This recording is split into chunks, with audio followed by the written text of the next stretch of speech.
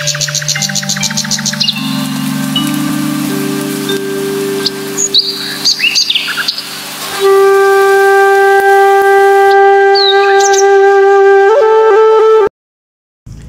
वालेकुम दोस्तों, मैं हूं आपका दोस्त अली शहबाज।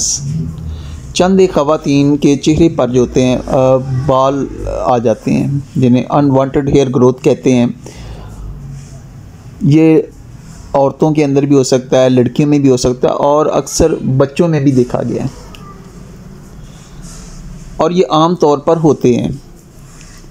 नॉर्मली ये इतना परेशान कुन नहीं होते हैं, लेकिन बाज़ ख़वातीन के अंदर इनकी तादाद में दिन ब दिन इजाफ़ा होना शुरू हो जाता है। और देखा गया है कि चंद एक बाल जो होते हैं वो दूसरे बालों की निस्बत साइज़ में जो होते हैं वो ज़्यादा मोटे होते जाते हैं।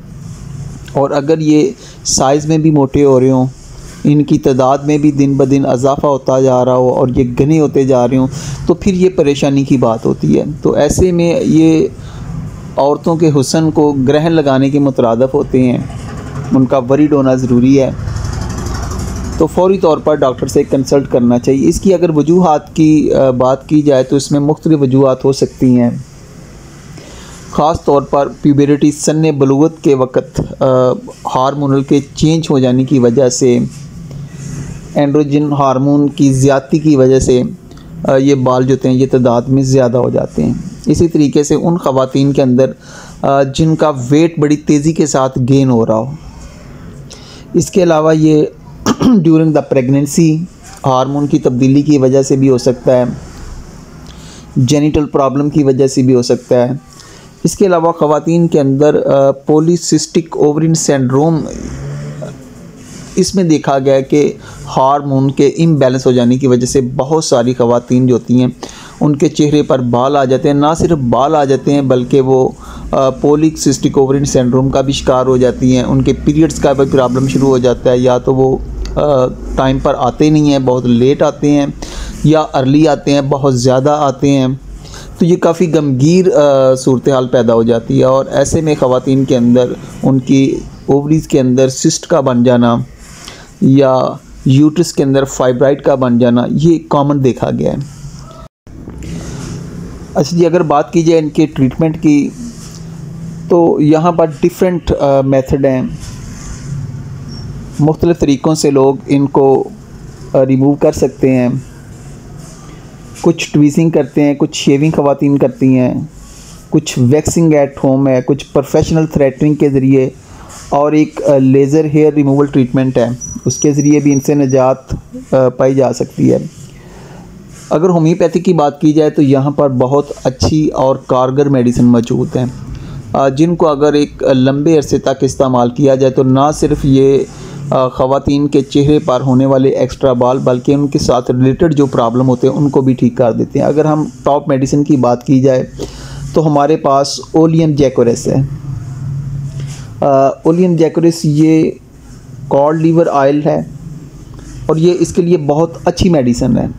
और अगर ख़ास तौर पर बच्चों के हवाले से बात की जाए, औरतों के हवाले से बात की जाए, तो रेपर्टरी में देखा जाए तो इस दवा को बहुत ज़्यादा अहमियत हासिल है। बाज़ रिकवरी के अंदर तो ये हमें सिंगल मेडिसिन नज़र आती है। इसी तरीके से अगर हार्मोनल इम्बैलेंस हुआ है तो यहाँ पर सीपिया मेडिसिन जो होती है ये बहुत ही अहम रोल अदा करती है। और सीपिया की पेशेंट जो होती हैं इनके अंदर मोटापा आना शुरू हो जाता है, इनके पीरियड जो होते हैं डिस्टर्ब हो जाते हैं, हर वक्त बहुत ज़्यादा थकावट का रहना, इनके अंदर बहुत ज़्यादा अवर्जन पैदा हो जाती है, किसी भी चीज़ का अच्छा ना लगना, तो डिप्रेशन, तो इन सारी कंडीशन के लिए सीपिया जो है ये बहुत ही अच्छी मेडिसिन है। उसके बाद एक और मेडिसिन है जी पल्साटीला। हार्मोन लेवल के डिस्टर्ब हो जाने की सूरत में पल्साटीला, और ख़ास तौर पर जिन ख़वातीन में पीरियड्स जो होते हैं बहुत ज़्यादा लेट आते हैं, उनकी वजह से उनको मोटापा होना शुरू हो जाता है और उनकी ठोड़ी पर बहुत ज़्यादा घने बाल होना शुरू हो जाते हैं। उनका मजाज जो होता है ये बदलने वाला होता है, रोने वाला होता है, छोटी छोटी बात पर वो बहुत ज़्यादा रोती हैं। तो उन लोगों के लिए पल्साटीला जो है ये बहुत ही बेहतरीन मेडिसिन है। इसी तरीके से एक और हमारे पास मेडिसिन है जी थूजा। थूजा मेडिसिन भी अगर अकॉर्डिंग टू साइन और सिम्टम इस्तेमाल की जाए तो इससे भी ये इस प्रॉब्लम से निजात मिल जाती है। इसके अलावा एक और मेडिसिन है जी नेट्रम्योर। ये भी अनवांटेड हेयर के ट्रीटमेंट के लिए बहुत ही अच्छी मेडिसिन है। इस मजाज की जो ख़वातीन होती हैं ये इंट्रोवर्टेड होती हैं, या बच्चे हों या कोई भी हो, ये इंट्रोवर्टेड होते हैं। ये दूसरों के साथ इतनी जल्दी आसानी के साथ घुलते मिलते नहीं हैं। इसी तरीके से कलकेरिया कार्ब मेडिसिन है। कलकेरिया कार्ब के जो पेशेंट होते हैं ये मोटापे की तरफ माइल होते हैं, फैटी होते हैं, फेरी होते हैं, फ्लैबी होते हैं। तो अगर अकॉर्डिंग टू द साइन और सिम्टम्स इन मेडिसिन में से इंतखाब किया जाए तो बहुत जल्द इस प्रॉब्लम से निजात मिल जाती है। तो ट्रीटमेंट के लिए हमेशा अपने करीबी होम्योपैथी डॉक्टर से आपको रजू करना चाहिए। तो इसी के साथ ही अली शहबाज को इजाज़त दीजिएगा। अपना ख्याल रखिएगा। अल्लाह हाफिज़।